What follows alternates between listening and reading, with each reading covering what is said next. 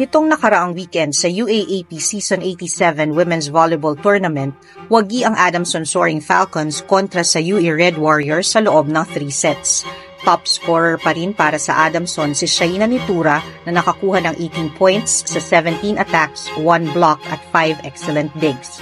Samantala, nanalo naman ang Ateneo Blue Eagles sa isang 5-set thriller laban sa UP Fighting Maroons.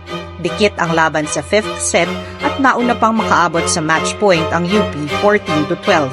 Ngunit nagtabla ang dalawang koponan sa 14-all mula sa dalawang consecutive hits ni Zay Pasha. Tuluyan ang nakuha ng Ateneo ang panalo nang magkaroon ng back-to-back errors ang UP, net touch ni Ira Haboneta at attack error ng rookie na si Yesha Noceja. Pinangunahan ni Lian de Guzman ang panalong ito sa kanyang game high na 25 points mula sa 23 attacks, 1 block at 1 ace, na sinamahan pa ng 17 excellent receptions at 14 excellent digs. Sa panalong ito ay mayroong 3-way tie sa 3-5 ang Adamson, Ateneo at UP. Sa bakbakan naman ng top 4 teams, muling tinalo ng FEU Tamaraws ang UST Golden Tigers sa loob ng 4 sets.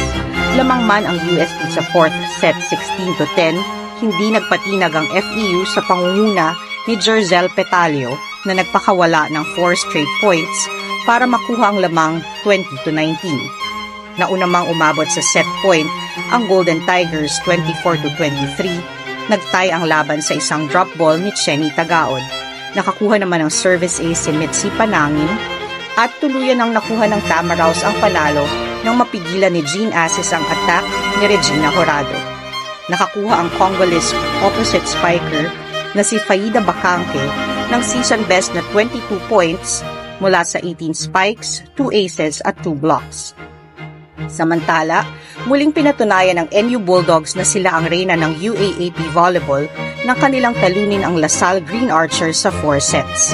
Nanatiling malinis ang record ng NU 8-0 sa panalong ito na pinangunahan ni Bella Belen na nakakuha ng 23 points mula sa 17 attacks, 4 blocks at 2 aces, kasama ang 17 excellent receptions at 7 excellent digs. Sa pagkatalong ito ng LaSalle, ay nagkaroon sila ng 3-way tie sa 5-3 kasama ang UST at FEU.